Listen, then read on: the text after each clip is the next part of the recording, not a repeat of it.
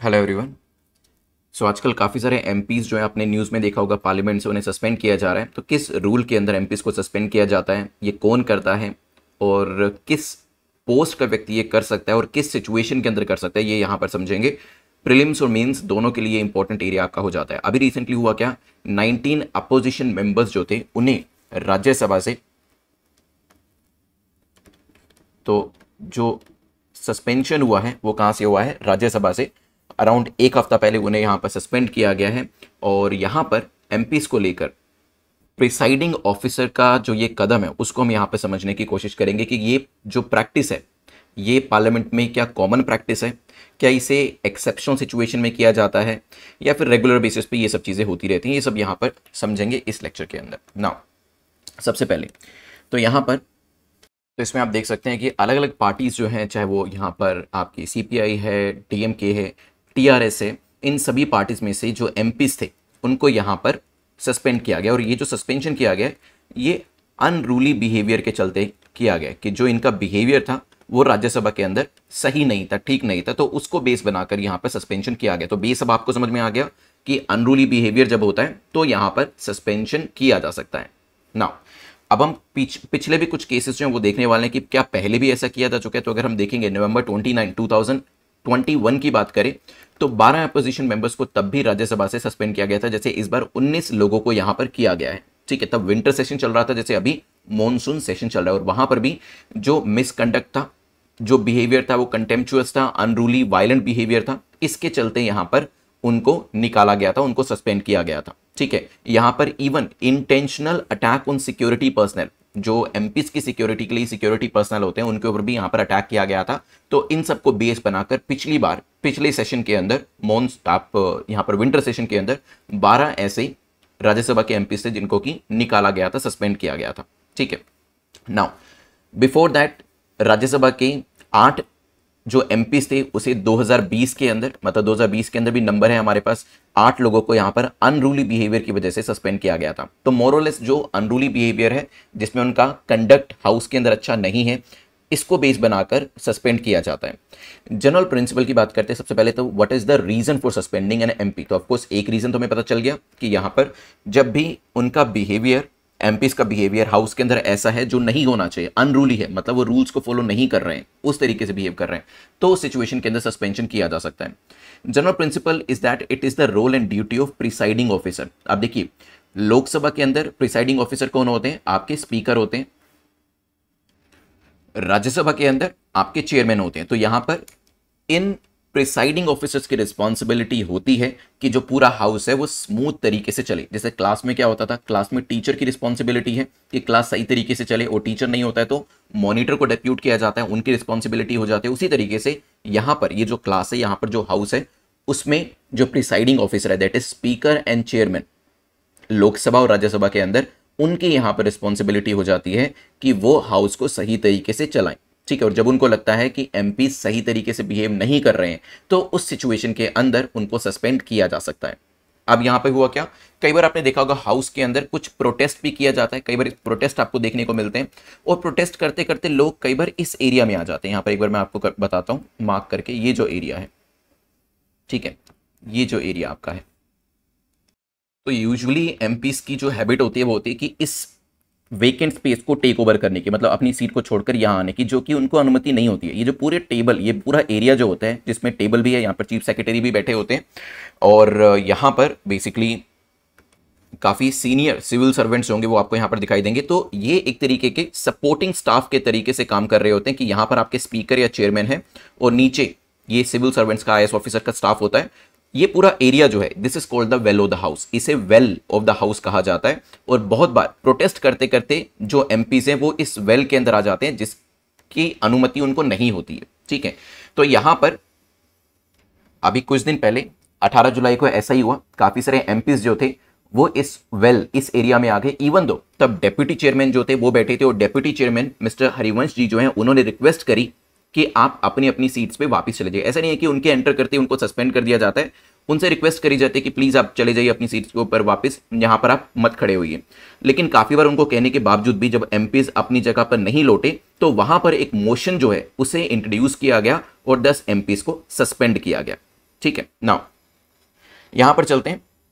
What are the rules under which presiding officer, जो कि यहां पर डेप्यूटी चेयरमैन थे, वो एक्ट करते हैं। इनके पास है रूल नंबर 373। अब ये 373 क्या कहता है? देखिए, इस रूल के हिसाब से जो व्यक्ति यहां पर हेड कर रहा है, जैसे कि स्पीकर है या चेयरमैन है, जो कि प्रिसाइडिंग ऑफिसर है, उनके मुताबिक अगर किसी भी मेंबर का जो कॉन्डक्ट था वो अनरूली था या डिसऑर्डरली था, तो यहां पर इमीडिएटली उन्हें यहां पे हाउस से विड्रॉ होने के लिए, हाउस से जाने के लिए कह दिया जाता है। और कई बार कुछ नंबर ऑफ डेज भी जो है वो फिक्स कर दिए जाते हैं कि आप इतने टाइम तक के लिए सस्पेंड किए जा रहे हैं। जो पूरी प्रोसीडिंग चलती है उस दिन हाउस की, तो उसके अंदर उनको आने की, वापस आने की अनुमति भी नहीं दी जाती। देखिए, जैसे क्लास में भी क्या होता था, क्लास में भी टीचर जो है वो अगर उनको लगता है कि स्टूडेंट कोई काफी ज्यादा परेशान कर रहा है क्लास को, तो वो उन्हें क्लास के बाहर खड़ा कर देती है और कहती है कि ठीक है, आप इस लेक्चर के बाद आना, या फिर आप पूरा दिन आज क्लास में नहीं आ सकते। कुछ उस तरीके का ही यहाँ पर 373 में आपको देखने को मिलेगा। और अगर कोई स्टूडेंट ऐसा है जो कि बहुत ज्यादा न्यूसेंस क्रिएट कर रहा है, तो फिर क्या किया जाता था, फिर उनके पेरेंट्स को कॉल किया जाता था और हो सकता है उनको 4-5 दिन के लिए सस्पेंड भी किया जाता था कि ये आपका बच्चा कर रहा है। तो यहां पर भी क्या होता है, जब एमपीज कुछ और भी ज्यादा अनरूली बिहेवियर दिखाते हैं, तो यहां पर अगर जो चेयर है उनको डिमीन किया जाता है, हाउस को चलने से रोका जाता है, ऑब्स्ट्रक्शन किया जाता है, और ये ऑब्स्ट्रक्शन विलफुल होता है, तो उस केसेस के अंदर कुछ एक्सट्रीम स्टेप्स भी लिए जा सकते हैं और वहां पर जो व्यक्ति है उनको सस्पेंड किया जा सकता है 5 दिनों तक के लिए भी। ठीक है, चलिए, यहां पर कौन करता है, बेसिस क्या है और इसमें क्या एक्शंस लिए जा सकते हैं वो हमने देख लिया। Now what happens in Rajya Sabha. देखिए, यहां पर जो प्रोसेस है और जो कॉन्सिक्वेंसेस है वो मोर और लेस सेम ही है, चाहे लोकसभा की बात करी जाए या राज्यसभा की बात करी जाए। दोनों ही सिचुएशन के अंदर जो व्यक्ति है उसको सस्पेंड किया जा सकता है। रूल नंबर 256 के अंदर यहां पर, जैसे वहां लोकसभा में स्पीकर थे, यहां पर चेयरमैन जो है वो किसी भी मेंबर को नेम कर सकते हैं जिसने अथॉरिटी को डिसरिगार्ड किया है, जिसने चेयर को अब्यूज किया है। तो उस सिचुएशन में यहां पर एक मोशन पास किया जाता है। जैसे आप देख रहे हैं यहां पर काफी सारे जो एमपीज हैं वो कौन से एरिया में आ गए, यहां पे देखिए ये लेडी जो है बैठे हुए हैं, ये खड़े हुए हैं, ठीक है। तो ये वेल को इन्होंने पूरा ऑक्यूपाई कर लिया है, and this is one of the qualifying factor जिसकी वजह से व्यक्ति को पहले वार्निंग दी जाती है कि आप अपनी सीट पे चले जाइए वापस, और नहीं जाने के बाद जो सस्पेंशन का पूरा मोशन होता है उसे स्टार्ट किया जा सकता है ना। अब ये देख लेते हैं कि क्या सस्पेंशन जो है is it a common practice. देखिए, अगर आप डेटा देखेंगे तो यहां पे 2020 के अंदर, 2019 के अंदर, 21 के अंदर और 22 के अंदर आपको यहां पर सस्पेंड होते हुए एमपीस काफी दिखाई देंगे। जैसे 2020 के अंदर क्या हुआ था, 2020 में आप जानते हैं बजट सेशन था, और बजट सेशन के अंदर भी काफी सारे एमपीस जो थे वो प्रॉब्लम क्रिएट करने की कोशिश कर रहे थे, तो वहां पर भी कुछ 7 कांग्रेस एमपीस को सस्पेंड किया गया था। 2019 के अंदर भी मिस्टर ओम बिरला जो स्पीकर थे उन्होंने 2 कांग्रेस मेंबर्स को सस्पेंड किया था। यूजुअली ऑफ कोर्स ये जो सस्पेंशन होगा वो अपोजिशन से ही होगा, क्योंकि अगर आप रूलिंग पार्टी के एमपी तो डेफिनेटली आपको यहां पर ऑब्स्ट्रक्शन करेंगे। अगर आप अपोजिशन में चाहे किसी भी पार्टी के हो तो आप यहां पर ऑब्स्ट्रक्शन करने की कोशिश करेंगे। 2019 के अंदर जब ओम बिरला से पहले यहां पर मिस सुमित्रा महाजन जो है वो स्पीकर हुआ करते थे, उनके टाइम पर भी टीडीपी के 45 मेंबर्स जो थे उनको सस्पेंड किया गया था। और 2014 के अंदर जब मिस मीरा कुमार यहां पर थे तब भी 18 एमपीज जो थे उनको सस्पेंड किया गया था। तो टाइम एंड टाइम अगेन अलग अलग गवर्नमेंट के टाइम में आप देखेंगे अपोजिशन जो है वो प्रॉब्लम क्रिएट करती है ताकि हाउस सही से ना चल सके। जिसमें आपको बहुत पुराना एग्जांपल भी दूं तो 1989 के अंदर भी जब राजीव गांधी जो थे प्राइम मिनिस्टर थे, उनके टाइम पर भी 63 मेंबर्स को 3 दिनों के लिए लोकसभा से, अब ये काफी बड़ा नंबर है बट यहाँ पे क्योंकि ऑब्स्ट्रक्शन क्रिएट किया जा रहा होगा, probably that was the reason जिसकी वजह से एमपीस को सस्पेंड किया गया। Now Isn't barring of an elected representative of the people an extreme step? क्या ये एक्सट्रीम स्टेप है? देखिए, डिपेंड करता है। यहां पर रूलिंग पार्टी हमेशा क्या कहेगी, रूलिंग पार्टी हमेशा चाहेगी कि हाउस जो है वो सही से चल सके, किसी भी तरीके की ऑब्स्ट्रक्शन ना आए, जो वो काम करवाना चाह रहे हैं वो हो जाए, डिसिप्लिन मेंटेन रहे।